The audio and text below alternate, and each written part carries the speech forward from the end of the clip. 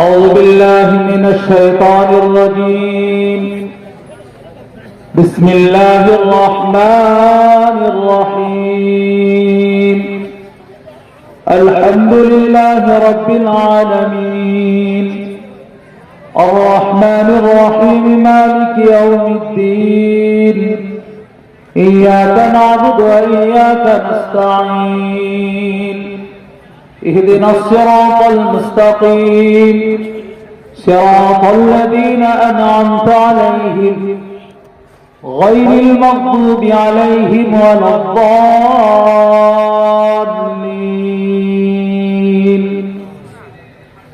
صدق الله العظيم. আমরা একবার সকলে স্বাভাবিকভাবে রাসূলের শানে দুরূদ ইব্রাহিমটা পড়ি। আল্লাহুম্মা সাল্লি আলা মুহাম্মাদ ওয়া আলা আলি মুহাম্মাদ কামা সাল্লাইতা আলা ইব্রাহিম ওয়া আলা আলি ইব্রাহিম ইন্নাকা হামিদুম মাজিদ। আল্লাহুম্মা বারিক আলা মুহাম্মাদ ওয়া আলা আলি মুহাম্মাদ কামা বারাকতা আলা ইব্রাহিম وعلى آل إبراهيم إنك حميد مجيد. الحمد لله نحمده ونستعينه ونستغفره ونؤمن به ونتوكل عليه ونعوذ بالله من شرور أنفسنا ومن سيئات أعمالنا. من يهده الله فلا مضل له ومن يضلله فلا هادي له. ونشهد أن لا إله إلا الله وحده لا شريك له ونشهد أن سيدنا وحبيبنا مولانا محمدا عبده ورسوله. أما بعد فقد قال الله تعالى في كلامه المجيد والفرقان الحميد. أعوذ بالله من الشيطان الرجيم. بسم الله الرحمن الرحيم. وقال ربكم ادعوني أستجب لكم. وقال تعالى في موضع آخر فاذكروني أذكركم واشكروا لي ولا تكفرون. وقال النبي صلى الله عليه وسلم الدعاء سلاح المؤمن. وقال النبي صلى الله عليه وسلم لا يرد القضاء إلا بالدعاء. وقال النبي صلى الله عليه وسلم الدعاء هو العبادة أو كما قال عليه الصلاة والتسليم. প্রশংসা মাত্র সে আল্লাহ, যিনি আমাদেরকে বড় ভালোবেসে কোরআন হাদিসের আলোচনার স্বার্থে বা কাউকে আলোচনাগুলো শোনার জন্য বড় মূল্যবান সময় যে মূল্যবান কাজে আল্লাহ ব্যয় করার সুযোগ বা তৌফিক দিয়েছেন বা দিচ্ছেন রব্বুল আলামিনের বড় দয়া মায়া করুণা কৃপা। সেজন্য সকলেই তেনার শুকরিয়া বা কৃতজ্ঞতা জ্ঞাপনার্থে আমরা তেনারই শিখানো ভাষাটাকে একবার উচ্চস্বর উচ্চকণ্ঠ উচ্চারণ করে সকলে বলি আলহামদুলিল্লাহ। তারপর যে মহামানব জনাবে মুহাম্মদ সাল্লাল্লাহু আলাইহি ওয়াসাল্লামের মেহনত পরিশ্রমের মাধ্যম দিয়ে একটা স্বচ্ছ এবং খুব সরল দিন পেয়েছি, যে দিনটার নাম হচ্ছে ইসলাম। এই দিনকে নিয়ে আসার পেছনে রাসূলের যে অবদান, ওনার যে মেহনত, এর পারিশ্রমিক, এর প্রতিবাদলা টাকা পয়সা ধন দৌলত দিয়ে পরিশোধ করা সম্ভব নয়। তবু তেনার আত্মার কল্যাণার্থে দুরূদ ও সালাম পরিবেশনের স্বার্থে আমরা সকলে বলি সাল্লাল্লাহু আলাইহি ওয়াসাল্লাম। আমার বক্তব্যের আজকের বিষয় হচ্ছে দোয়া। আসল দোয়া তথ্যটা আমি বিস্তারিত নেব না। দোয়াটা কেন কবুল হচ্ছে না এই প্রসঙ্গে দুটিকে কথা। কারণ আপনারা সকলে জানেন, আমরা একসময় নারী পুরুষ নির্বিশেষে সকলে একসময় সাদ্দামের জন্য দোয়া করেছিলাম, একসময় সকলে উসামা বিন লাদেনের জন্য দোয়া করেছিলাম, ফিলিস্তিনের মুসলিমদের জন্য দোয়া এখন আমাদের বর্তমান চালু রয়েছে। তার সাথে সাথে আমরা একসময় চেচনিয়ার মুসলমানের জন্য দোয়া করেছিলাম এবং অনেক সময় আমাদের ভারতবর্ষের উপর বিভিন্ন রকমের আমাদের ধর্মের উপর আঘাত আসছে, তার জন্য অনেক সময় দোয়া করি। তিন তালাক সম্পর্কে একটা বিশাল বড় টার্গেট, তাতেও কিন্তু ব্যর্থ। কিছুদিন আগে আপনারা সকলে জানেন যে বিশেষ করে ওয়াকফ সম্পত্তিকে কেন্দ্র করে তারা একটা আইন তৈরি করেছিল, তাতে একটি ধামাচাপা দেওয়া থাকলো। বর্তমানে কিন্তু আমরা সেটারও সম্মুখীন হয়ে গেছে। আমাদের নিজস্ব, আমাদের পূর্বপুরুষদের ছেড়ে যাওয়া সম্পদ, সে সম্পদ কিন্তু হাত থেকে বিলীন হতে চলেছে। এই প্রসঙ্গে আমরা আলেম ওলামারা কিন্তু কম দোয়া করিনি, এর জন্য আমরা কম আল্লাহর কাছে আপিল করিনি। আমরা অনেক বিষয়ে আল্লাহর কাছে দোয়া করি, কিন্তু দোয়া বর্তমানে কিন্তু আমাদের কবুল বলুন হচ্ছে না। দোয়া যে কবুল হচ্ছে না তার কারণ কি? এটাই হচ্ছে আজ আমার মূল বক্তব্য। তার আগে ছোট্ট করে দোয়া প্রসঙ্গে একটু তার গুরুত্ব, একটু তার তাৎপর্য, একটু তার মানে কি পরিচিতিটা না দিলে বিষয়টা ক্লিয়ার হবে না। সেই জন্য প্রাথমিক অবস্থায় কয়েকটা দোয়া প্রসঙ্গে কথা বলেই এই যে গুরুত্বপূর্ণ একটা প্রশ্ন, তার উত্তরটা আসবে। দোয়া এটা হচ্ছে আরবি শব্দ দাওয়াতান থেকে যার উৎপত্তি, যার মানে হচ্ছে ডাকা, স্মরণ করা। এটা হচ্ছে শব্দ অর্থ, এর একটা আভিধানিক অর্থ রয়েছে ইসলামিক পরিভাষায়। নিজেকে আত্মসমর্পণ করে, স্যারেন্ডার হয়ে, নিজের ভুল ত্রুটি স্বীকারোক্তি দিয়ে ইহকাল পরকালের কল্যাণার্থে যে আপিল করা হয় তাকে ইসলামিক পরিভাষায় দোয়া বলা হয়।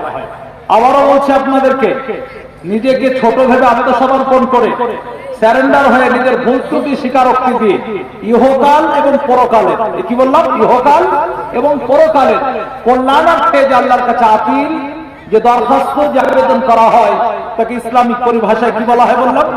দোয়া বলা। এটা ইবাদত। রাসূল কারীম সাল্লাল্লাহু আলাইহি ওয়াসাল্লাম বলছেন দোয়া হুয়াল ইবাদত, দোয়া মানে হচ্ছে ইবাদত।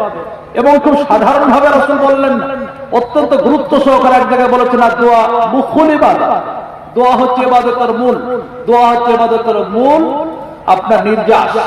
যেমন আপনারা সকলে জানেন, কলা গাছে কলার কান্দি এলোর ভিতরে দেখবেন একটা লম্বা, যতটা গাছের হাইট ততটা লম্বা একটা গোল আকারের বস্তু দেখতে পাওয়া যায়। কিছু এলাকায় ভাড়ল বলে, কিছু এলাকায় কাঞ্জিয়াল বলে, আবার কিছু এলাকায় সেটাকে কি বলে, থোড় বলে। আরবিতে তাকে মুখ্যন বলা হয়। খেজুর গাছ বা কলা গাছ বা খেজুর গাছ বা তাল গাছ বা নারকেলের গাছ, ওর বেগড়ে গেলে হঠাৎ একদম মধ্যস্থল থেকে খুব একটা টেস্টি, সুস্বাদু একটা সাদা আকারের বস্তু দেখতে পাওয়া যায়, খেতে বড্ড ভালো লাগে। কিছু এলাকায় সেটাকে মাটি বলে, আর কিছু এলাকায় শ্বাস বলে। ওটাকে আরবিতে মুখ্যন বলা হয়। আরো ভালো করে বোঝাচ্ছি, গরু হোক, ছাগল হোক, মহিষ হোক, ওর মাথায় দেখবেন দুটো ছুচলো বস্তু দেখতে পাওয়া যায়। কি বলে ওকে? শিং বলা হয় বাংলা, আরবিতে কারনুন বলা হয়। এই ওপরের ফাঁপাটাকে কারনুন বা শিং বলা হয়। অনেক সময় এটা উঠে যায়, বয়স হয়ে গেলে একটু হালকা পাতলা ঢিপাঢিপি করলে এ উঠে যায়, সমস্যা নেই। কিন্তু ওর নিচে উঠে যাওয়ার পর দেখবেন সাদা, খুব শক্ত, মজবুত, ছুচলো আকারের আর একটা জিনিস থাকে। এটাতে আঘাত লাগলে এবার ব্লিডিং, রক্তপাত হয়। এই ওপরের ফাঁপাটা হচ্ছে আপনার কারনুন শিং, আর নিচের মজবুতটা এটা হচ্ছে আপনার মুখ্যন, এটা হচ্ছে মূল। আপনাকে আমার জানার, কলা গাছের যদি মানে থোড় বা ভাড়ল বা কাঞ্জালটা নষ্ট হয়ে যায়, সে গাছটা বাঁচবে। খেজুর গাছ, তাল গাছ, নারকেল গাছের মেথিটা নষ্ট হয়ে গেলে বাঁচবে। ওই শিঙের নিচের মজবুত শক্ত, যেটাকে মুখ্যন বলা হয় বললাম এক্ষুনি, ওটা যদি নষ্ট হয়ে যায়, পচে যায়, ওপরে শিংটা টিকবে? টিকবে না। যেমন রাসূল সাল্লাল্লাহু আলাইহি ওয়াসাল্লাম বলছেন, কলা গাছের জন্য যেমন ঠোঁটটা খুব ভাইটাল, খেজুর গাছের জন্য মেথিটা খুব ভাইটাল, তো রাসূল সাল্লাল্লাহু আলাইহি ওয়াসাল্লাম বলছেন দোয়াটাও হচ্ছে ইবাদতের জন্য তেমনই খুব ভাইটাল, গুরুত্বপূর্ণ, ইম্পর্টেন্ট। আরো ভালো প্রশ্ন আছে, রাসূল কারীম সাল্লাল্লাহু আলাইহি ওয়াসাল্লাম বলছেন দোয়া সিলাহুল মুমিন, দোয়া হচ্ছে মুমিনের অস্ত্র, মুমিনের হাতিয়ার, দোয়া হচ্ছে মুমিনের সম্পদ। অপর আরেকটি riwayate রাসূল কারীম সাল্লাল্লাহু আলাইহি ওয়াসাল্লাম বললেন লা ইয়ারুদুল কাদা ইল্লা বিদুয়া, মানুষের ভাগ্য কোনো জিনিস দ্বারা পরিবর্তন হয় না, না লাঠির দ্বারা, না পাটির দ্বারা, না টাকার দ্বারা। শুধুমাত্র একটা জিনিসের দ্বারা মানুষের ভাগ্য পরিবর্তন হয়, সেই বস্তুটার নামই হচ্ছে কি? তাড়াতাড়ি বলুন, দোয়া। আর একটা হাদিস শোনাচ্ছি, রাসূল কারীম সাল্লাল্লাহু আলাইহি ওয়াসাল্লাম বলছেন মান লাম ইয়াসাল্লিল্লাহ আযজা আলাইহি, অবাক যাবেন, আপনার মনে অত্যন্ত আনন্দ জায়গা পাবে। রাসূল বললেন যে ব্যক্তি আল্লাহর কাছে চায় না, আল্লাহ তার উপর নারাজ হয়ে যায়। মানুষ দুনিয়াতে দেখবেন বেশি চাইলে তার উপর আস্তে আস্তে ভক্তি, আস্থা, তার উপর মহব্বত, ভালোবাসা, আন্তরিকতা একটু নষ্ট হয়ে যায়। কিন্তু আল্লাহর কাছে যত বেশি চাওয়া হয় তত আল্লাহ খুশি হয় না নারাজ হয়? তাড়াতাড়ি বলুন, খুশি হয়। আর একটা হাদিস শোনাচ্ছি, অবাক করবে আপনাকে। রাসূল কারীম সাল্লাল্লাহু আলাইহি ওয়াসাল্লাম বলছেন ইন্না রাব্বাকুম হাইয়ুন কারীমুন ইস্তাহি মিন আবদিহি লা ইয়ারফা ইয়াদাইহি ইয়াজালা সিফরা, তোমাদের প্রভু বড় লজ্জাশীল, তোমাদের প্রভু বড় দাতা। তিনার কাছে যখন কেউ কিছু চায়, আল্লাহ সেই বান্দার খালি হাত ফেরাতে বড় লজ্জাবোধ করেন। একবার জোরে বলুন সুবহানাল্লাহ। অর্থাৎ আল্লাহ কিছু না দিয়ে থাকতে পারেন না। এগুলো ছিল হাদিস। আরো অনেক হাদিস আছে। আমি কয়েকটা কোরআন থেকে আলোচনা আপনাদেরকে নিয়ে আসছি। রাসূল কারীম সাল্লাল্লাহু আলাইহি ওয়াসাল্লাম বলছেন, আল্লাহ রাব্বুল আলামিন বলছেন ফাজকুরুনি আযকুরুকুম। শব্দ অর্থ হচ্ছে আমার স্মরণ কর, আমি তোমাদের স্মরণ করব। এর একটা ভাব অর্থ রয়েছে, ফাজকুরুনি আমার বিধানকে মেনে চলো, আযকুরুকুম আমি তোমাদের দোয়াকে মঞ্জুর করব, কবুল করব, গ্রহণ করব। আলহামদুলিল্লাহ বললাম। আর একটা সরাসরি ডাইরেক্ট আল্লাহ বললেন, ক্বালা রাব্বুকুম উদউনি আস্তাজিব লাকুম। তোমাদের প্রভু বলছেন আমার কাছে চাও, আমি তোমাদের দোয়াকে কবুল করব। আল্লাহ নিজে প্রতিশ্রুতি দিচ্ছেন আমার কাছে চাও, আমি তোমাদের দোয়া কি করব বলুন, কবুল করব। এবার আসল প্রশ্নটা এবার চলে আসবে। কোরআনের অপর জায়গায় আল্লাহ বললেন, ইন্নাল্লাহা লা ইখলিফুল মিয়াদ। আল্লাহ নিজের ওয়াদাকে কখনো ভঙ্গ করেন না। এক্ষুনি কোরআনের আয়াতের স্পষ্ট আল্লাহ বলছেন যে তোমরা আমার কাছে চাও, আমি তোমাদের দোয়াকে বলুন কবুল করব। কিন্তু আমরা অনেক সময় দোয়া করে, দোয়া কি হয় না বলুন, কবুল হয় না। কাশীপুরের মাঠে ইজতেমার সময় আকাশ মেঘাচ্ছন্ন, বলা হলো হুজুর দোয়া করেন যেন মেঘটা কেটে যায়। অনেক টাকা পয়সা মেহনত পরিশ্রম করে আমরা ইজতেমার মাঠে প্যান্ডেল খাটিয়েছি, যেন আমাদের আজকে এই ঝড় বৃষ্টির মাধ্যম দিয়ে যেন কোনো রকমের আমাদের ইজতেমার কোনো ঘাটতি না হয়। সবে দোয়া শুরু হয়েছে, হঠাৎ এমন ঝড় বৃষ্টি দেখা দিল, প্যান্ডেল আস্তে আস্তে নুয়ে পড়ে কিছু মানুষ আল্লাহ রাস্তায় আল্লাহর পিয়ারাও হয়ে গেল। এ ঠিক না ভুল বলছি বলুন? এরকম অনেক সময় দেখা যায় যে আমরা দোয়া করি, দোয়া কবুল হয় না। বুখারী শরীফের মধ্যে একটা হাদিস ভালো করে শুনবেন, খুব গুরুত্ব সহকারে রাসূল বলেছেন, কোন আল্লাহর বান্দা যদি দোয়া করে তিনটের মধ্যে একটা হবেই হবে। এক নাম্বার, তার দোয়াটা কবুল হবে, দেরিতেও কবুল হতে পারে, রিসেন্ট তাড়াতাড়ি কবুল হতে পারে। দুই নাম্বার, তার দোয়া যদি কবুল না হয়, দুনিয়াতে তার উপর একটা অ্যাক্সিডেন্ট, একটা বালা, একটা দুর্ঘটনা, মুসিবত আসতো, দোয়ার বিনিময়ে আল্লাহ সে বালা মুসিবতটাকে তুলে নেয়। তিন নাম্বার, তার দোয়া দুনিয়াতে লাভজনক যদি না হয়, তার দোয়া যদি কার্যকরী না হয়, তার দোয়ার বিনিময়ে পরকালে তার দুনিয়া জান্নাতে মানটা, গ্রেডটা, তার মর্যাদা, তার পজিশনটা আল্লাহ রাব্বুল আলামিন উঁচু করে দিবেন। তার মানে বোঝা গেল তিনটের মধ্যে কোন একটা হবে হবে। সুতরাং ভাই দোয়া করতে কি কারো পণ্যতা করবো না, জরবে ইনশাআল্লাহ। এবার আসল উত্তরটা শুনে নেন। আমরা দোয়া যে আল্লাহর কাছে করি কবুল হয় না, তার কারণ হচ্ছে চারটে। এই কটা কারণ বললাম, এই চারটে কারণ আমরা বলবো। এতে অনেক কিছু তথ্য আসবে। খুব আন্তরিকতার সঙ্গে বলছি, অত্যন্ত ভালোবাসা মহব্বতের সঙ্গে বলছি। আমরা বিষয়গুলো একটা একটা করে শোনার পর নিজের আমল বাস্তবায়ন করবো, জরুরি ইনশাআল্লাহ। এক নাম্বার, ভালো করে শুনুন, খুবই গুরুত্বপূর্ণ কথা।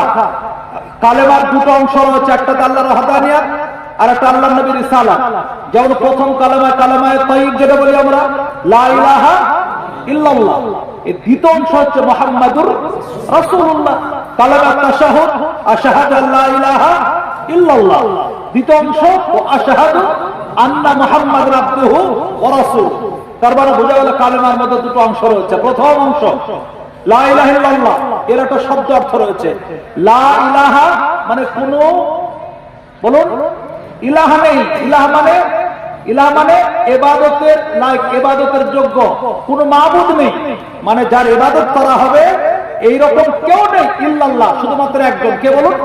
আল্লাহ। মানে আল্লাহ ছাড়া কারোর কোন পুজো, দাসত্ব, গোলামি হবে না। শুধু কার ইবাদত হবে বলুন? কিন্তু একদম বুকে হাত দিয়ে বলবেন, মুসলিম সমাজের মধ্যে অনেক মানুষ, এই সামনেই আর কয়েকটা মাস পর পাথর চাপি মেলা লাগে, অনেক মুসলিম সম্প্রদায়ের মানুষ পাথর চাপড়িতে যে দাতার বাবার কবরে যে সিজদা করে। যেটা মসজিদে হওয়া দরকার ছিল, সেটা আল্লাহর দরবারে হওয়া দরকার ছিল, সেটা আল্লাহর কাছে না হয়ে অন্য কোন আল্লাহর বান্দার কাছে বস্তুর জন্য হয়। এই বান্দার দোয়া কবুল হবে? আপনারা বলেন কবুল হবে? আল্লাহর কাবাতুল্লাহতে একটা মখমলের চাদর চড়ানো রয়েছে, কালো কালারে। এই কথা ঠিক না ভুল বলছি? ওই চাদর কাবাতুল্লাহতে না চড়ে যদি কোনো মাজারে চড়ানো হয়, এই কথা বুঝতে পারছেন? স্পষ্ট করে বলছি। তাহলে এই আল্লাহর বান্দার দোয়া কবুল হবে? আপনি নিজে বললেন ইবাদতের মালিক, ইবাদতের যোগ্য, ইবাদতের অধিকারী শুধু কে? কিন্তু অপর জায়গায় দেখতে পাওয়া যাচ্ছে আজমিরে যাই, আর সেখানে যে খাজা মঈনুদ্দিন চিশতি রহমাতুল্লাহ আলাইহির কবরটাকে তওয়াফ করে। এই আল্লাহর বান্দার দোয়া কবুল হবে? আরো ভালো করে বলছি, সমস্ত ইবাদতের যোগ্য আল্লাহ বলছি, মান্নত শুধু কার জন্য বলি? আল্লাহর জন্য। কিন্তু একটু সন্তান অসুস্থ, ফরিদ বাবার কবরে যে মুরগি ছেড়ে দিচ্ছি, ইবাদত আল্লাহর জন্য আপনি বলছেন, কিন্তু আবার কিছুক্ষণ পর দেখতে পাওয়া যাচ্ছে সন্তান হচ্ছে না, পাথর চাপড়িতে কালো খাসি বা 300 কিনা চালের ক্ষীর বা খিচুড়ি, বা হয়তো সেখানে যে আপনি কি মান্যত করছেন, একটা মুরগি ছেড়ে দিচ্ছেন, 3 টাকার ঘোড়া মান্যত করছেন, দোয়া কবুল হবে? এর থেকে কি আর স্পষ্ট ভাষা বোঝাবো? এটা হলো মুসলিম সম্প্রদায়ের কথা বলছি। তাহলে আপনার প্রথম ঘাটতি হচ্ছে কালেমা তাইয়িব, লা ইলাহা ইল্লাল্লাহর অর্থ সবাই আপনারা জানেন, আল্লাহ ছাড়া কেউ ইবাদতের যোগ্য নেই। কিন্তু মুসলিম সম্প্রদায়ের কিছু মানুষ আল্লাহ ছাড়া অন্য কোন বস্তুর জন্য ইবাদত করে বসেছে, এই জন্য বান্দার দোয়া আল্লাহর দরবারে কবুল হয় না। লা ইলাহা ইল্লাল্লাহর একটা অর্থ আছে, ভাব অর্থ, আল্লাহ ছাড়া কার কোনো শক্তি, এই সমস্ত শক্তির মালিক, আরো যারা বলে সমস্ত শক্তির মালিক আল্লাহ। আল্লাহর বান্দায় ধানের সিজন গিয়েছে, ভালো ফলন হয়েছে, এক আল্লাহর বান্দা পাশের মুরব্বী জিজ্ঞেস করলো যে কমন ধান হয়েছে বাবু? তো বলে আমার 28 ধান হচ্ছে বিঘা। বলছে এক কাঠা এখন 1 বিঘে তো কম, 19 কাঠাতে 28 মণ ধান। বলে হ্যাঁ, আল্লাহ তোকে ভালোবাসে রে, এবছর তো এত ফলন হয়নি, তোকে ভালোবাসে। মাথা মোটা উত্তর দিচ্ছে কি জানেন? আল্লাহ ভালোবাসে, ভালো ফ্যাক্টরি পরশ ডিএপি দিয়েছি। না হাসবেন না, মানুষের বক্তব্য। কিন্তু কোরআন বলছে লাইন শাকারতুম লাযিদান্নাকুম, আমার কৃতজ্ঞতা জ্ঞাপন করে সামনে বা তোমাকে 29 গুণ দিতাম। ওয়ালাইন কাফারতুম, যদি নাশুকরি করে না আযাবুল শাদীদ, এমন শিলা বৃষ্টি দেব ধানের দানাগুলো ফাটাতে ঢুকে যাবে, তুমি ভিডিওর কাছে, এমএলএর কাছে, আইসির কাছে কিছু বলতে পারবে না। দেশের মানুষ যদি 2-4 ঝাড় কেটে দিত, সঙ্গে সঙ্গে থানায় যে এফআইআর করতো। কিন্তু এমন যন্ত্রণা ধানকে ঝরিয়েছে, কোন জায়গায় এফআইআর করার কোন জায়গা নেই। আল্লাহ পারে না? সমস্ত শক্তির মালিক কে? আর একটু জোরে বলি কে? মা বোনদের সাথে বলছি, ভালো করে শুনে নেন, সমস্ত শক্তির মালিক আল্লাহ। কিন্তু 3 বছর 4 বছর সন্তান হতে দেরি হলে কেন তুমি মাজারে মুরগি ছাগল নিয়ে ছুটছো? কেন তুমি পাথর চাপড়িতে গাড়ি ভাড়া করছো? লজ্জার কথা বলছি, শুনবেন, ভালো করে কাজে লাগাবেন। একজন মেয়ে 1 কোটি টাকার মালিক, 1 কোটি টাকার মালিক, ঋণ নেই, কিচ্ছু নেই, সংসার ইত্যাদি মানে কি চালিয়ে 16 আনা তার কাছে গচ্ছিত রয়েছে 1 কোটি টাকা। কখনই বললাম ওই মেয়েটির জন্য হজ করা কি বলুন ফরজ। কিন্তু দুর্ভাগ্যের বিষয়, তার স্বামী নেই, মারা গেছে, তার ছেলে নেই, তার বাবা নেই, তার চাচা নেই, এমন কোন পুরুষ নেই যে তার সঙ্গে ওর বিবাহ সারা জীবনের জন্য হারাম, কেউ নেই, বা তার স্বামীও নেই, কেউ নেই। কিন্তু 1 কোটি টাকা আছে, মেয়েটির উপর হজ ফরজ, তবুও সেই মেয়েটি একাই হজে যেতে পারবে? এই একাই হজে যেতে পারবে? পারবে না। কেন? তার সফরটা নিরাপদ নয়। যে হজটা একটি মেয়ের জন্য ফরজ ছিল, কিন্তু সফর নিরাপদ নয়, সেই জন্য হজটা তার জন্য ক্যান্সেল, হজটা বন্ধ হয়ে গেল। তাহলে সেই মেয়েটি স্বামী নেই, একাই কোন হিসাবে এসে পাথর চাপড়ি যেতে পারে? এর থেকে কি আর স্পষ্ট কথা বলবো আপনাদের? দোয়া কবুল না হওয়ার কারণ, যে সমস্ত শক্তির মালিক আল্লাহ আমরা বলি, অপরদিকে আমরা অন্য কোন বস্তুর বিশ্বাসী, এই জন্য আল্লাহ দরবারে কবুল বলুন দোয়া কবুল হয় না। বিস্তারিত করে বলবো না। 2 নম্বর কালেমার অংশ, কালেমার দ্বিতীয় অংশ ভালো করে শুনুন, স্পষ্ট করে বলছি, মুহাম্মাদুর রাসূলুল্লাহ, এটা হচ্ছে দ্বিতীয় অংশ। এর শব্দ অর্থ হচ্ছে মুহাম্মদ সাল্লাল্লাহু আলাইহি ওয়াসাল্লাম, আল্লাহ রাসূল। মুহাম্মদ সাল্লাল্লাহু আলাইহি ওয়াসাল্লাম কার রাসূল বলুন? আল্লাহ রাসূল। এটা শব্দ অর্থ। এর ভাব অর্থ ভালো করে শুনবেন। মুহাম্মদ সাল্লাল্লাহু আলাইহি ওয়াসাল্লামের সুন্নাত, তিনার নিয়ম, তিনার নীতি, তিনার থিওরি, তিনার পথ, তিনার মতের মধ্যে সফলতা রয়েছে। বাকি যেগুলোকে সভ্যতার মান দিয়েছি, সফলতার মান দিয়েছি, বাহ্যিক ক্ষণিক সাময়িক সফলতার দিকে আপনাকে নিয়ে যাবে, পরক্ষণে বিপদগামী হতে হবেই হবে। শুধু কার সুন্নতে কামিয়াবি আছে? এই কার সুন্নতে কামিয়াবি আছে বলুন? আল্লাহ রাসূলের। কার বলুন? আল্লাহ রাসূলের। দুর্ভাগ্যের বিষয় ভালো করে শুনুন, দোয়া কেন কবুল না হয় তার কারণগুলো একটা একটা করে বলে দিচ্ছি। এক যুবককে একদিকে খাড়া করে দেন, অপরদিকে মুফতি জার্জিসের হাদিসের টুকরোগুলো শুনবেন। আমার নবী বিশ্বনবী 3টে স্টাইলে চুল রাখতেন। কথা বললাম 3টে স্টাইলে। একটাকে আফরা বলা হয়, একটাকে লিম্বা বলা হয়, একটা জুম্মা। পুরো মাথা একই কোয়ালিটির চুল, যেমন আপনারা আমরা অনেকে স্বাভাবিক ভাবে রাখি। আর একটা চুলের স্টাইল হচ্ছে পেছন দিকে গড়িয়ে দিয়ে কানের নরম মাংসটা দেখছেন, এই পর্যন্ত বাড়ানো, আর দ্বিতীয়টা হচ্ছে ঘাড় পর্যন্ত বাড়ানো। যেমন দেখবেন আমাদের কারি সাহেবদের চুলটা, বুঝতে পারছেন তো, এই তিনটে স্টাইলে রাসূল চুল রাখতেন। লজ্জার কথাটা এবার শোনাচ্ছি, দুঃখের কথা আপনাদেরকে শোনাচ্ছি, সব থেকে মানে আফসোসের কথা আপনাদেরকে শোনাচ্ছি। আবু দাউদ রাওয়ায়াত, নাহান নবী সাল্লাল্লাহু আলাইহি ওয়াসাল্লাম কাজঈ, আল্লাহর নবী কাজ, কাফ জা আইন, কাফ জা আইন কাজ, এই কাজ কাটিংটাকে আল্লাহর নবী নিষেধ করলেন। যে কাটিংটাকে, যে স্টাইলটাকে রাসূল নিষেধ করলেন, চারি সাইডে মাথার চুল থাকবে না, সামনে বা কিছুটা একটু বড় অংশের চুল থাকবে, এই কাটিংটাকে রাসূল নিষেধ করেছেন। কিন্তু দুর্ভাগ্যের বিষয়, মুসলিম সমাজের যুবকেরা রাসূলের সুন্নাত অনুযায়ী তো দূরের কথা, রাসূল যে চুলটা রাখতে নিষেধ করলেন সেটা কি আজ যুবকেরা প্রাধান্য দিচ্ছে, ঠিক না ভুল বলছি? এই জাতির দোয়া কবুল হবে তো কিভাবে আপনি রাত্রে চিন্তা করবেন। একদিকে মুফতি জার্জিসের একটা একটা করে বক্তব্য মনে রাখবেন, অপরদিকে সেটিং করবেন। 2 নাম্বার চলে আসুন, রাসূল সাল্লাল্লাহু আলাইহি ওয়াসাল্লাম বলেন কাসসুল শারিব, গোঁফটা ছোট করা। কিন্তু এত বড় বড় গোঁফ রেখেছে, পুরুষ মানাবে না তাই বলে পানি পান করছে, তো পানিকে ফিল্টার করছে। 2 নাম্বার চলে আসুন, 3 নাম্বার ইউফাল লাহিয়া, দাড়িকে বাড়ানো, দিনে 3 বার দাড়ি পরিষ্কার করার সুযোগ হয়। 4 নাম্বার চলে আসুন কাসসুল আসফার, নখগুলো ছোট করা। কিন্তু আজ মুসলিম যুবক যুবতীরা না ছোট তো দূর কথা, সে নখগুলো বড় বড় রাখে, শুধু রাখে না, ওই নাকে আফসান যুক্ত চিকচিকে নখ পালিশ দেয়। ঠিক না ভুল বললাম? এর থেকে কি দুর্ভাগ্যের কথা। মা বোন, আপনাদের স্বার্থে বলছি, ভালো করে মনে রাখবেন। আমি গার্জেন কর্তৃপক্ষকে বলছি, মেয়ের জন্য বিয়ের আপনি লগনের বাজার, লগন বলো তো নাকি, লগনের বাজার করতে গিয়েছেন, সমস্ত বাজার করুন, কসমেটিকের সমস্ত সাবজেক্ট আপনি বহাল রাখুন। কিন্তু বিশেষ করে অনুরোধ করছি, মেয়েদের জন্য, ছেলেদের জন্য নখ পালিশটা কারেন্ট কোড আপনি মানে ক্যান্সেল করে দেবেন। কেন আপনাকে বলে যাচ্ছি, এই নখ পালিশ যদি দেয় কোনো মহিলা, তাহলে ওই ফার্স্ট নাইটে স্বামী স্ত্রীর সাক্ষাৎ হবে, গোসল করবে তার গোসল হবে না, ওযু করবে তার ওযু হবে না, সে নামাজ পড়লে তার নামাজটাও বলুন হবে না। আর এটা খুব নরমালি জিনিস নয় যে যখন তখন তুলে ফেলবো, এটা তোলাটা বড় জটিল। ফার্স্ট নাইটে তার স্বামীর আঙুলে নখ পালিশ দিয়ে দিয়েছে, নীল পালিশ দিয়ে দিয়েছে, সেও গোসল করবে, গোসল হবে না, ওযু করবে, ওযু হবে না। রাসূলের হাদিস, মিফতাহুস সালাতাত তাহুর ওয়া মিফতাহুল জান্নাত সালাত, বিশ্বনবী বললেন জান্নাতের চাবি হচ্ছে নামাজ, আর নামাজের চাবি হচ্ছে ওযু, ওযুবিহীন নামাজ হবে না, আর জান্নাতে কেউ নামাজ বিহীন যেতে পারবে না। মা বোনদের স্বার্থে বলছি, তোমার রূপের শ্রীবৃদ্ধির প্রয়োজন রয়েছে। রাসূল বলেছেন তুমি মেহেন্দি আঙ্গুলে ব্যবহার করো, হাতে তুমি মেহেন্দি দাও, তাতে কোনো সমস্যা নেই।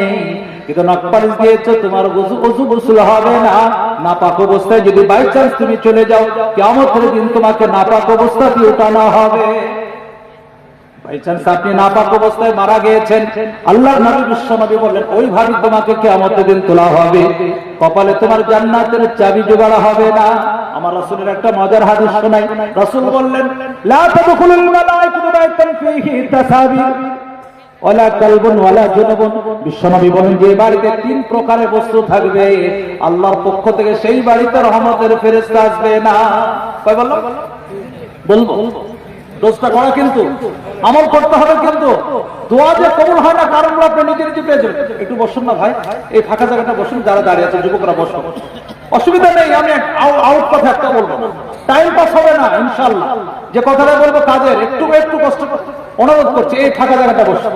হাত পেতেছি এই গুনাহগার, তোমারি দরবার মোরে ফিরায় না, হাই শূন্য হাতে ওগো। আমি এই সামনে বাড়িটা করছি শুধু আপনাদেরকে একটু বসানোর জন্য, বাকি টাইম পাস করার আমার ইচ্ছা নেই। একটু বসুন ফাঁকা জায়গাগুলো, অসুবিধা নেই। মজলিসে বসলে গুনাহ হবে না বাবা। আমি দায়িত্ব নিয়ে বলছি, গুনাহ হলে কিয়ামতের দিন আমাকে দিবেন, নেকি হলে অর্ধেক আপনি নেবেন, অর্ধেক আমাকে দিবেন। গুনাহটা আমি দায়িত্ব নিয়ে নিচ্ছি, নেকি হলে একটু ভাববেন। হাত পেতেছি এই গুনাহগার, তোমারি দরবার মোরে ফিরায় না, হাই শূন্য হাতে ওগো মাওলা, শূন্য হাতে ওগো মাওলা ফিরায় নাই। তোমার রহম তোমার করম অথই পারাবার, তুমি খালিক তুমি মালিক, গফুর গফফার পেতেছি এই গুনাহগার, তোমারি দরবার মোরে ফিরায় না। আমার চেয়ে কেউ গুনাহগার নেই রে কোথাও, বান্দা তোমার আমার চেয়ে কেউ গুনাহগার নেই রে কোথাও, বান্দা তোমার তোমার রহম তোমার করম অথই পারাবার পেতেছি এই গুনাহগার, তোমারি দরবার মোরে ফিরায় না। আমি বিশ্বনবীর একটা হাদিস শোনাতে যাচ্ছিলাম। আমার নবী বিশ্বনবী বললেন, লা তাদখুলুল মালাইকাতু বাইতান ফীহি তাসাবির, যে বাড়িতে আমার রাসূল বললেন বিনা প্রয়োজনে কোনো ছবি থাকবে, আল্লাহ রাসূল বলেন সেই বাড়িতে রহমতের ফেরেশতা আসবে না। তুমি পার্টি করছো করো, টিএমসি পার্টি করছো, কংগ্রেস করছো, সিপিএম করছো, ফরওয়ার্ড বলা করছো, যা করছো তোমার ব্যক্তিগত ম্যাটার, কিন্তু মুসলমান যুবক তোমাদের স্বার্থে বলছি, বিভিন্ন পার্টির সঙ্গে তুমি যুক্ত হয়েছো, যে যা পার্টি করে সেই পার্টির নেতা নেত্রীদের ছবিগুলো দেওয়ালে কেন লাগিয়ে রেখেছো? তৃণমূল পার্টি তুমি কম নেতা হয়েছো, একদিকে মাননীয় মুখ্যমন্ত্রী মমতা ব্যানার্জির ছবি, অপরদিকে লোকাল কোন নেতার ছবি তুমি দেওয়ালে লাগিয়ে রেখেছো। কংগ্রেস পার্টির তুমি বড় ভক্ত, একদিকে অধীর রঞ্জন চৌধুরীর ছবি, অপরদিকে রাহুল গান্ধীর ছবি রাখেছো। তুমি সিপিএম পার্টির বড় ভক্ত, একদিকে জ্যোতি বসু অমর রাহে, অপরদিকে কমরেড বুদ্ধদেব অমর রাহে বলে তুমি দেওয়ালে ছবি লাগিয়ে রেখেছো। আল্লাহর কসম বলছি, তোমার বাড়িতে আল্লাহর পক্ষ থেকে রহমতের ফেরেশতা আসবে না। ও যুবক, তুমি সিনেমা দেখতে দেখতে নায়ক নায়কের ভক্ত হয়েছো, ক্রিকেটারদের ভক্ত হয়েছো। ও যুবক, তুমি ফুটবল খেলা দেখতে দেখতে ফুটবলারদের ভক্ত হয়েছে, দেওয়ালে তাদের তুমি ছবি চিপকে রেখেছো। আমার রাসূল বললেন সেই বাড়িতে আল্লাহর পক্ষ থেকে রহমতের ফেরেশতা আসবে না। ভুল করেছো, আগামী তার করবো না, করে বলুন ইনশাআল্লাহ। দুই নাম্বার আমার নবী বিশ্বনবী বললেন, লা তাদখুলুল মালাইকাতু বাইতান ফীহি কালবুন, কোন বাড়িতে কুকুর পোষার অভ্যাস, তবে টেনশন নেবেন না, বিভ্রান্তের মধ্যে পড়বেন না। আমার নবী তিনটে স্বার্থে বাড়িতে কুকুর রাখার অনুমতি দিয়েছে। এক নাম্বার, আপনার বাড়ির বাইরে পোল্ট্রির ফার্ম করেছেন, ছাগলের ফার্ম করেছেন, তার আপনি রক্ষণাবেক্ষণের স্বার্থে একটা সেখানে কুকুর রেখেছেন, তাতে কোনো সমস্যা নেই।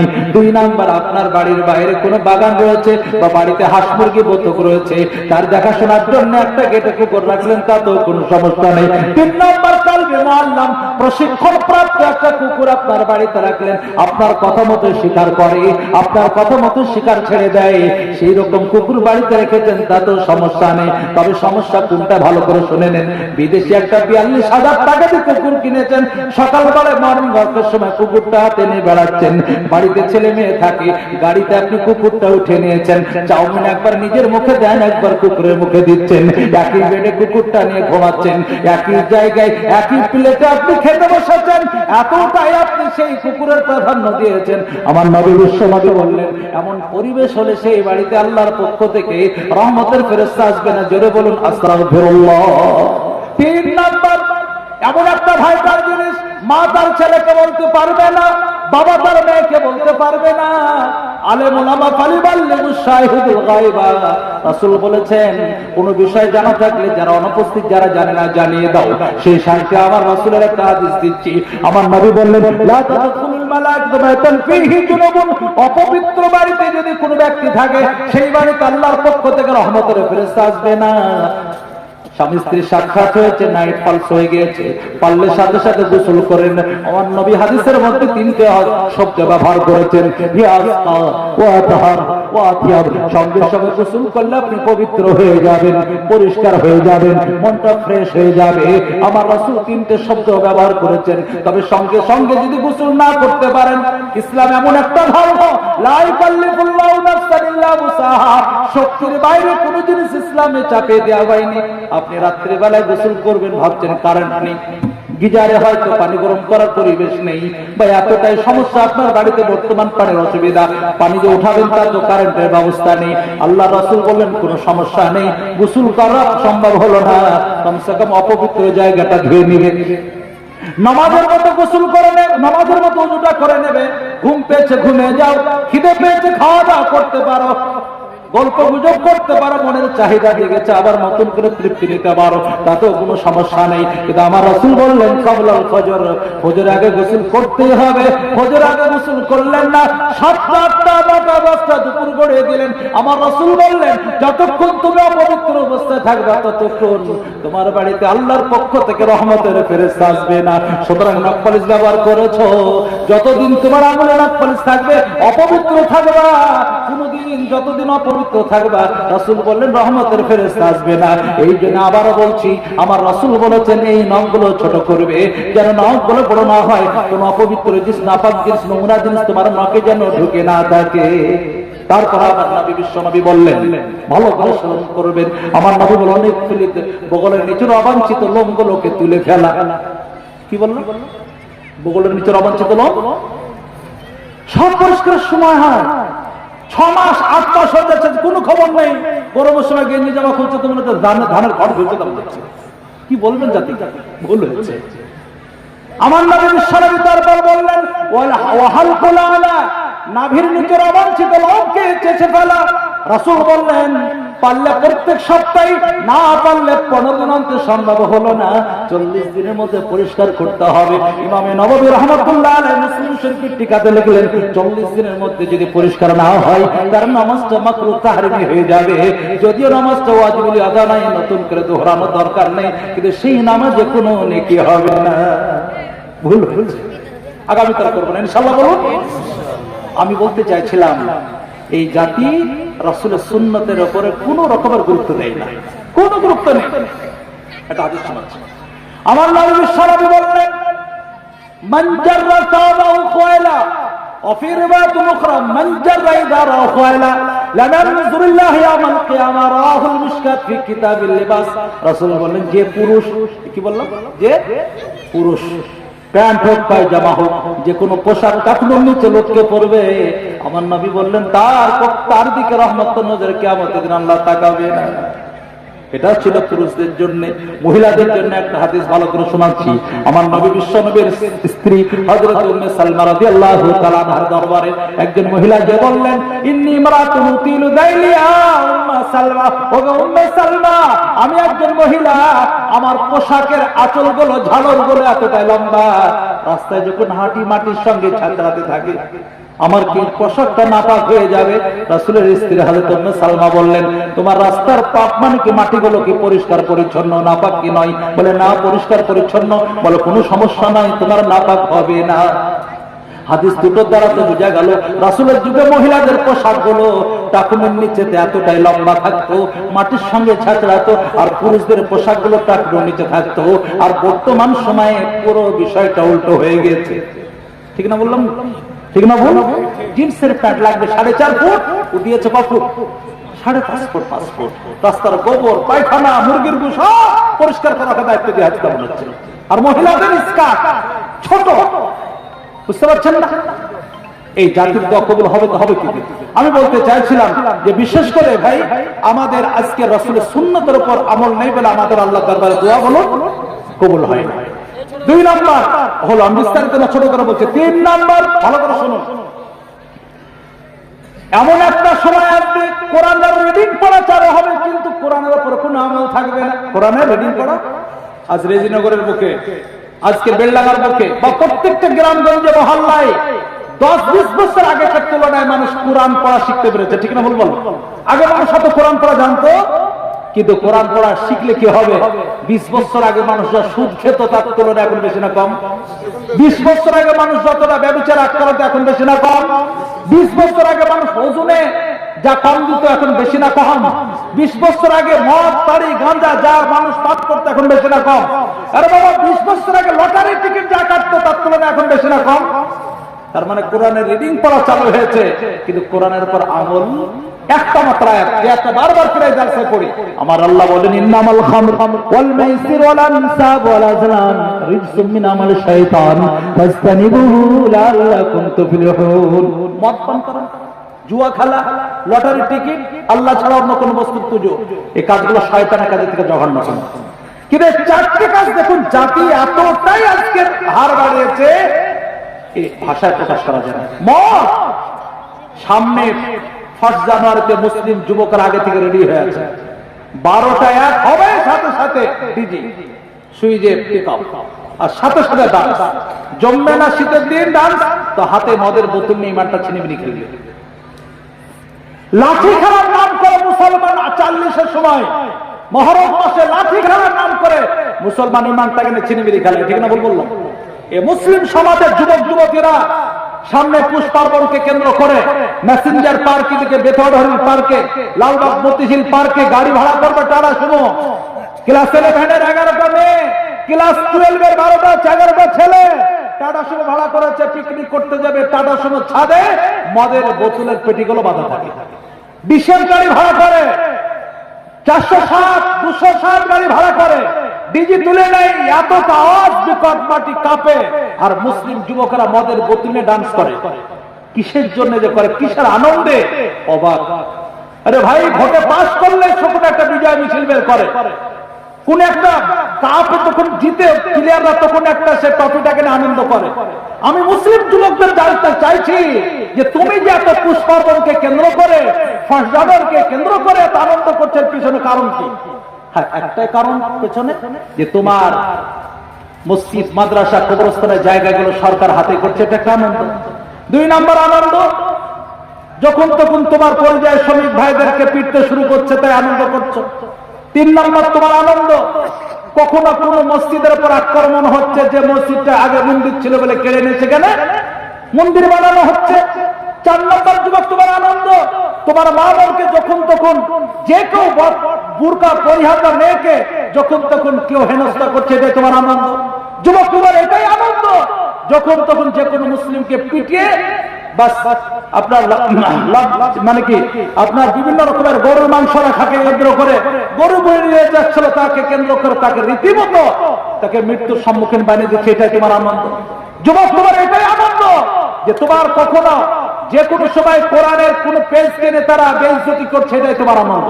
সামান্য কিঞ্চিত পরিমাণ মুসলমানের ইমানি চেতনা যদি থাকতো, বর্তমান সময়ে কোন মুসলিম যুবক আনন্দ ফুর্তির সম্মুখীন হতো না, এমন করুণ সময়ের সম্মুখীন কিন্তু আজকের যুবকদের খেয়ালই না। আমার বলার উদ্দেশ্য, ভুল করেছো, আগামীকাল কোনদিন এই মদ নিয়ে ইমান নিয়ে ছিনিমিনি খেলবো না, ইনশাআল্লাহ। বলুন ইনশাআল্লাহ। 2 নম্বর মাইসির জুয়া খেলা। মুসলিম যুবকদের মধ্যে এমন একটা জুয়া এই পরিবেশ তৈরি হয়েছে, আগে তো 3 তাস বা তাস খেলে কিছু জুয়াতে টাকা পয়সা হারতো, এখন লজ্জার কথা অনলাইনে একটা জুয়া খেলা শুরু হয়েছে, একই রাত্রে তো লক্ষ লক্ষ টাকা তার অ্যাকাউন্ট থেকে ফিনিশ। এই ভয়ঙ্কর একটা গুনাহকে মুসলিম যুবকরা আক্রান্ত হয়েছে। 3 নম্বর, ফেজিনগরের বাজারে প্রত্যেক দিন ভুটপুরি চালাতে যায়, টুকটুকি চালাতে যায়, 3 খানা করা লটারি টিকিট কাটতেই হবে, কাটতেই হবে। নমাজি মানুষ, মুসল্লি মানুষ আল্লাহর কাছে নামাজের পরে বলছে আল্লাহ 1 কোটি টাকা একবার ভিড়ে দেয়, জীবনে টিকিট কাটবে না। এই হচ্ছে জাতির অবস্থা। এ কি কোন ভাষায় বোঝাবে? কিন্তু কোরআন বোঝে শয়তানের কাজের থেকে জঘন্যতম। 4 নম্বর, আনসাব, আল্লাহ ছাড়া অন্য কোন বস্তুর পুজো। মুসলিমরা 16 না, কিন্তু আজকে ওরা নিঃসন্দেহে মুসলিম দুর্গার পুজো করে না, কালীর পুজো করে না, আপনার কোন প্রতিবার পুজো করে না, কিন্তু কালী পূজার অনুষ্ঠানে আজকের মুসলমান যেতে কিন্তু পিছিয়ে থাকছে না। লজ্জার বিষয়, বিভিন্ন রকমের শিরকের মেলাতে মুসলমান যুবকরা যে এতটাই আনন্দ ফুর্তি ভাষায় প্রকাশ করা যায় না, এগুলো গুনাহ। যা করেছি ভুল করেছি, প্রতিশ্রুতিবদ্ধ হবো আগামী তার করবো না, আল্লাহ নিঃসন্দেহে ক্ষমা করে দেবে। আমরা সকলে এই সমস্ত গুনাহকে বর্জন করবো, জোরে বলি ইনশাআল্লাহ। আমি আলোচনা করছিলাম দোয়া কবুল না হওয়ার 4টে কারণ। 1 নম্বর বললাম লা ইলাহা ইল্লাল্লাহর উপর বিশ্বাস থাকলে আস্থা নেই। 2 নাম্বার রাসূলের সুন্নতের কদর নেই, 3 নাম্বার কোরআনের রিডিং পড়া চালু হলো, কোরআনের উপর কি নেই বলুন, আমল নেই। আল্লাহ কোরআনে বলে হালালুল বাই ওয়া হারামার রিবা, আল্লাহ ব্যবসাকে হারাম করেছেন, সুদকে হারাম করেছে। এখন প্রকাশ্য সুদের অফিস করেছে ভাই সাহেব, রীতিমতো লাইসেন্স প্রাপ্ত মেয়েরা একদম পুরোপুরি জবাববদ্ধ হয়ে সুদের ইনকামে আক্রান্ত। গ্রুপ লোন, সম্ভার গোষ্ঠী, এ কোন ভাষায় বোঝাবে ওদেরকে? দোয়া কবুল হবে তো হবে কোন ভাষায়, একটু চিন্তা করবেন। 4 নাম্বার, কোরআনে কারীম আল্লাহ বলেছেন ইন্না শাইতানা লিল ইনসানি আদুউম মুবিন, শয়তান মানুষের জন্য প্রকাশ্য শত্রু। শয়তান মানুষের জন্য প্রকাশ্য কি বলুন, শত্রু। আমরা সবাই জানি, কিন্তু এমন একটা সময় আসবে শয়তানি কাজ করতে ভালো লাগবে আর আল্লাহ কাজ করতে বড় কষ্ট। তারাবির সালাতে, তারাবির নামাজে 47 মিনিট কোন ইমাম সাহেব লাগে দিয়েছে, মসজিদের বাইরে এসে এমন পায়তারা হচ্ছে ও আলাদা করে আগুন লাগিয়ে দিল। এর আগেকার ইমাম ছিল 40 মিনিট হয়ে গেল, 7 মিনিট কি 3-4 মিনিট বাড়তে লাগিয়ে দিল। কে নিয়ে এসেছে রে ইমাম? বিশাল মাথা যন্ত্রণা। ওই মাথা মোটাই কিন্তু বাড়ি না ঢুকতে ক্যারাম খেলতে শুরু করলো। 1.5 ঘন্টা দাঁড়িয়ে ক্যারাম খেলে একটু কষ্ট হলো না, কিন্তু তারাবির সালাতে তার মাথা মানে মাজা ব্যথা হয়ে গেছে। এটা হবে, আর ওই রকম মুহূর্তে আল্লাহ তাআলা দোয়া কবুল বলুন হবে না। আমি বিস্তারিত কিছু বললাম না। শয়তান প্রকাশ্য শত্রু, আমরা সবাই জানি। বনি আদম, হযরত আদম আলাইহিস সালামকে আল্লাহ বানালেন, আল্লাহ বলেন উসজুদু লি আদম, আদমকে সিজদা করো। সবাই সিজদা করেছিল, ইবলিস করলো না, বা ওয়াস্তাকবারা, অস্বীকার করলো, নিজেকে বড় ভাবলো। অভিশাপ্তর মালা তার গলায় পরানো হলো। ইবলিস আল্লাহর কাছে অ্যাপ্লাই করলো, আল্লাহ তুমি তো আমার শেষ করে দিলে, তবু অনেকটা যে তোমার কিছু ইবাদত করেছি, কিছু তোমার তো গণকীর্তন করেছি, একটু কিছু আমাকে অফার। বলে কি নিবি বল? বলে আমি সমস্ত জিনিসের উদ্ধারণ করতে পারি। বলে যা দিলাম। বলে আর কি নিবি? বলে আমি মানুষের রক্তের শিরায় শিরায় দিলাম। আর কি? আমি আনলিমিটেড বয়স, যতদিন দুনিয়া টিকবে ততদিন আমি টিকতে পারি। বলে সেটাও দিলাম। তখন শয়তান কি বলেছিল জানেন? যে এই বুনিয়াদের জন্য আমার এই দুরবস্থা, সুতরাং এই যে কিভাবে জান্নাতে যাবে আমি দেখে নেব। আমি একাই জাহান্নামে নয়, এই বনি আদমকে, মানব সম্প্রদায়কে জাহান্নামে নিয়ে যেতে ছাড়বে। তখন আল্লাহ একটা ভালো কথা বলেছেন আমাদের স্বার্থে। আমার যারা প্রকৃত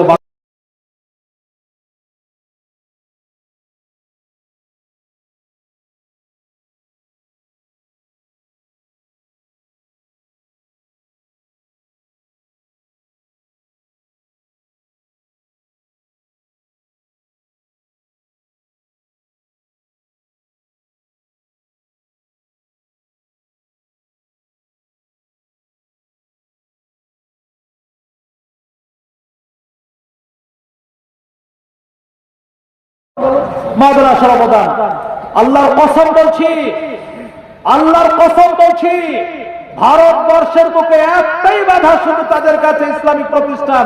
আন্দলুস বলে একটা জায়গা ছিল, আন্দলুস, এখন স্পেন বলা হয়। ইমাম বুখারী রাহমাতুল্লাহ আলাইহি যেখানে জন্ম, বুখারা, সেটা ছিল স্পেনে, আপনার আন্দলুস যে জায়গাটার নাম। সেই জায়গাতে এক সময় 1000-এর কাছাকাছি মুসলমানদের রাজত্ব চলেছিল। সেখানে বড় বড় ইসলামিক প্রতিষ্ঠান ছিল। সেখানে আজকের বর্তমানে কোন মসজিদ মাদ্রাসার কোন নামগন্ধ নেই। সেখানে ইসলামকে ধ্বংস করতে তারা সক্ষম হয়েছিল। সেখানে একটা টিম গিয়েছিল ভারতবর্ষের মুখ থেকে, যে আমরা ভারতবর্ষের মুসলমানদের পঙ্গ করব কি করে। তো তাদেরকে একটা বলা হয়েছিল, যতদিন মুসলমানদের মাদ্রাসা, ওদের আলেম ওলামার মানুষ যতদিন কথা শুনবে, তত তোমরা সেখান থেকে ইসলামকে হটাতে পারবে না, এটা বলেছে। সেই জন্য কতই না ছলনা, কতই না কৌশল, কখন যে কোন রকমের আইন প্রয়োগ করছে আপনি ভাবতে পারবেন না। সবটার টার্গেট একটাই, যে এই যে অর্থের সম্পত্তি বেশিরভাগ মসজিদ, মাদ্রাসা, কবরস্থানের উপর মানে কি ব্যবহার করা হয়, সুতরাং এটাতে হাত বেড়েছে। আজকের আমাদের ভারতবর্ষের বুকে ঈমান নিয়ে বেঁচে থাকতে হলে এই সমস্ত প্রতিষ্ঠানকে এতটাই সক্রিয়ভাবে আমাদেরকে ধরে থাকতে হবে, যেমন নিজের ছেলে মেয়েদের উপর মহব্বত, সেই রকম মহব্বত আমাদের প্রতিষ্ঠানগুলোকে থাকতে হবে। প্রচুর সম্পদ আমরা এই দিকে দিকে খরচ করি, অনেক টাকা পয়সা এই দিকে দিকে খরচ করি। আপনারা বিশেষ করে এই রেজিনগর, বেলডাঙ্গার মানুষের বর্ণনা তো সত্যি আলাদা। আপনাদের এই মধ্যে থেকে রেজিনগর মাদ্রাসা আমার অনেকবার আসা যাওয়া। আমার সিনেমাবাজের মৌলানা মকবুল কারি মকবুল অত্যন্ত ভালো ছেলে, খুবই মানে কি তার বক্তা জগতের একটা অত্যন্ত অমায়িক ছেলে, এবং তারা পাশে যে বিশেষের কমিটি আমার জানার মধ্যে শাহজাহান ভাই, কেশিয়া সাহেব, হাফেজ সাহেবরা রয়েছেন, প্রতিষ্ঠানকে অত্যন্ত সুন্দরভাবে চালাচ্ছেন। অনেকটা ডেভেলপ হয়েছে, মসজিদ ছিল না মসজিদ হয়েছে, মাদ্রাসার শ্রীবৃদ্ধি হয়েছে, মাদ্রাসার গেট আপ সুন্দর হয়েছে। সবটাই কিন্তু আপনাদের অবদান, আপনাদেরই কিন্তু সবটাই দেওয়া, আপনাদেরই সবটা পাওয়া না। আমি আপনাদের কাছে বেশি লম্বা আপিল করব না, যেটা আমি একটা মাদ্রাসা করালো, মাদ্রাসা চালাতে যদি কষ্ট, একটা বাড়িতে আমাদের 5টা থেকে 6টা সদস্য, সে সংসারটা চালাতে কত কষ্ট। আর যেখানে 150 ছাত্র বোর্ডিং এ খাওয়া দাওয়া, সেখান থেকে আজকে 4 জন ছেলে হাফিজ কোরআন হয়েছে, এর পেছনে কতটা কষ্ট মাদ্রাসা শিক্ষক কমিটির মানুষই জানে, যারা মাদ্রাসার সঙ্গে চলাফেরা করে তারাই জানে। আল্লাহ আপনাদের জাযায়ে খায়ের করুন, আল্লাহ আপনাদের ভালো দেবে। আমি শেষ করতে বেশি নয়, প্রকৃত ইসলামকে ভালোবাসেন, মাদ্রাসা মসজিদকে ভালোবাসেন, এই নমুনা পাওয়ার জন্য এই পুরো মজলিসের পক্ষ থেকে একজন মাত্র 5,000 টাকা, আমি লম্বা কিছু নয়, 50,000, 20,000, 30,000, 25, 20, 10 বলিনি, মাত্র একজন আল্লাহর বান্দার কাছে পুরো মজলিসের পক্ষ থেকে 5,000 টাকা, আল্লাহর কোন বান্দা যদি থাকেন, শেষ মুহূর্তে আপনার জন্য একটু দোয়া হবে। নিঃসন্দেহে এতগুলো মানুষকে আপনি আপনার বাড়িতে দোয়ার মজলিস করলে আপনি পাবেন।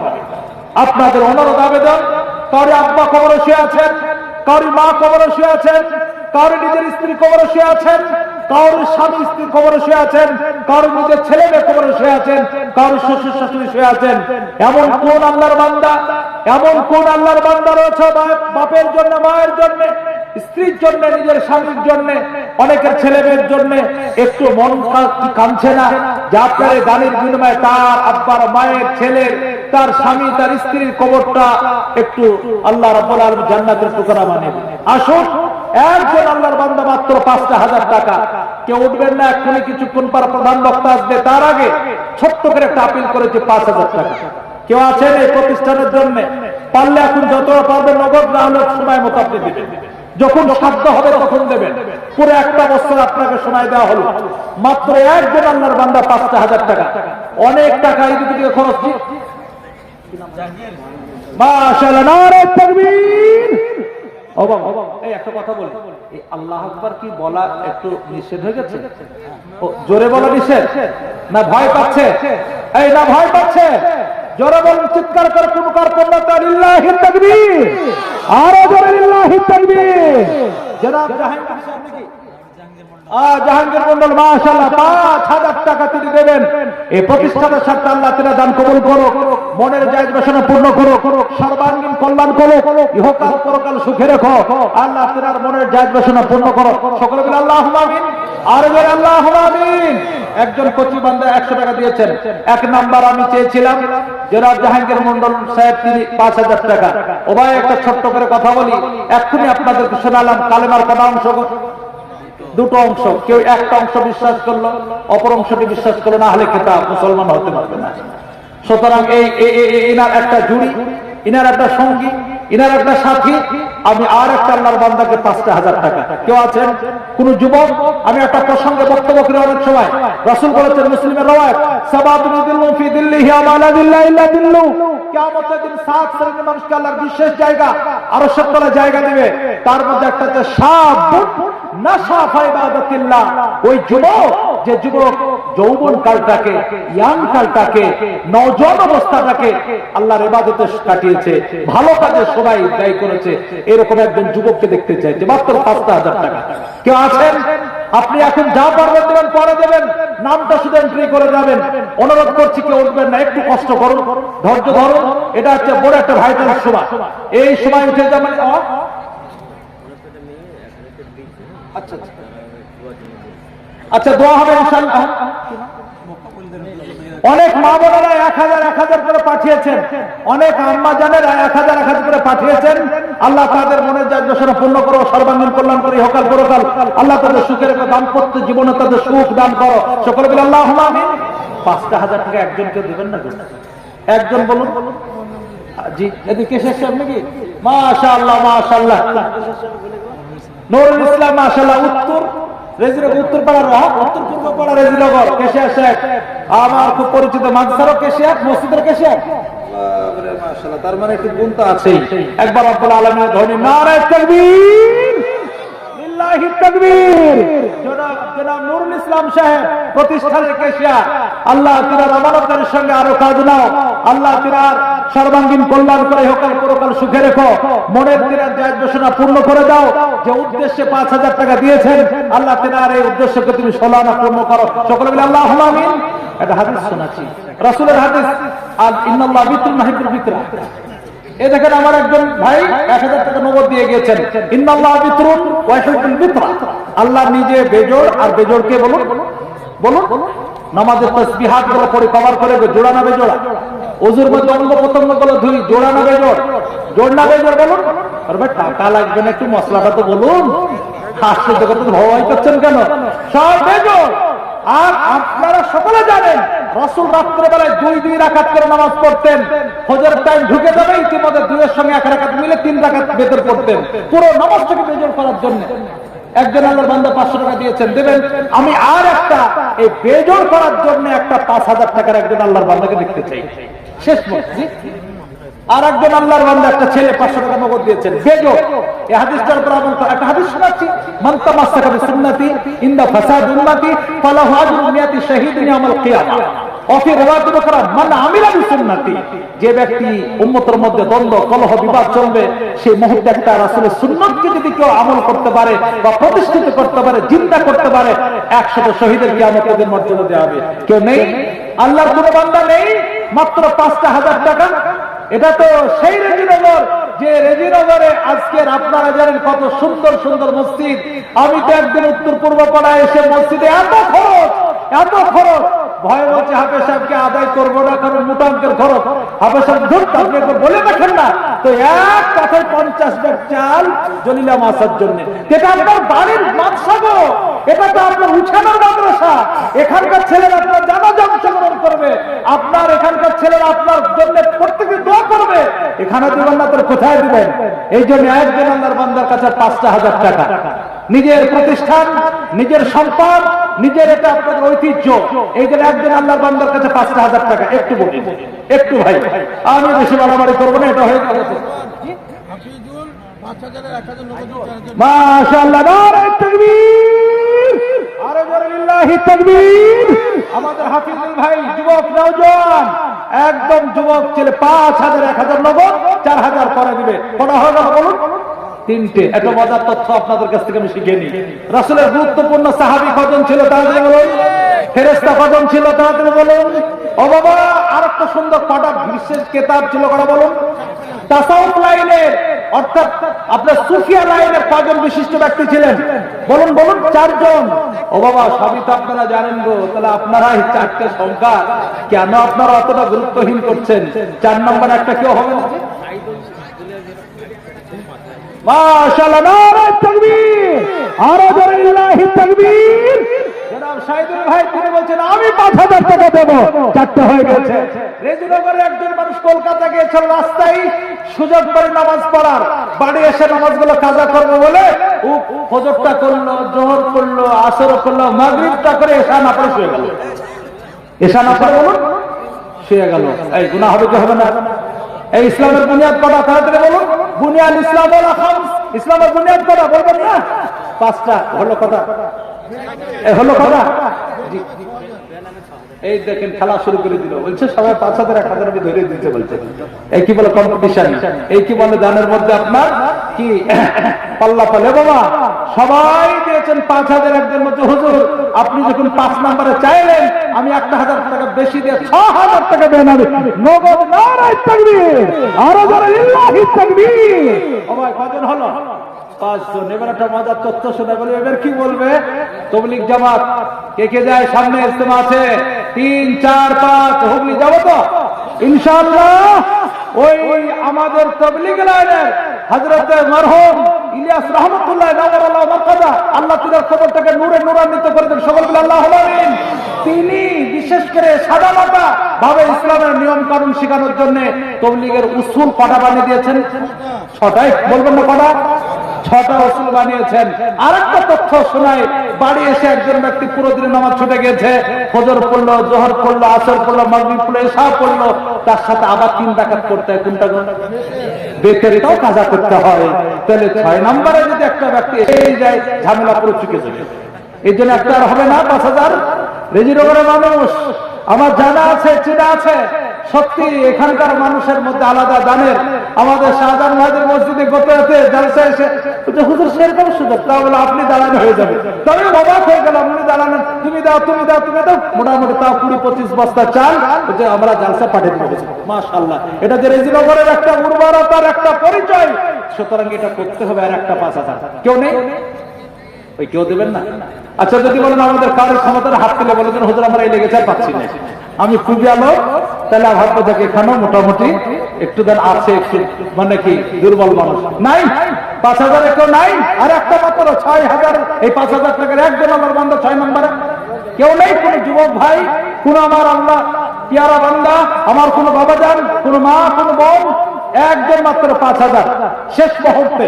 বেশি বাড়াবাড়ি করবো না, ইখলাসের সঙ্গে বলুন আমি রব্বুল আলামিন একবার বড় ধ্বনি দেব উচ্চ স্বরে উচ্চ কণ্ঠে, নারে তাকবীর, আরো জোরে লিল্লাহি তাকবীর। এই আল্লাহু আকবারটা শুনলে না শয়তান খুব ভয় পায়। হাদিসের মধ্যে আছে নামাজের জন্য যখন আযান দেয় আল্লাহু আকবার বলে তো শয়তান এতটাই আতঙ্কিত হয়ে পালায়, পেছন দিয়ে আলাদা একটা জিনিস বের হয়। কি?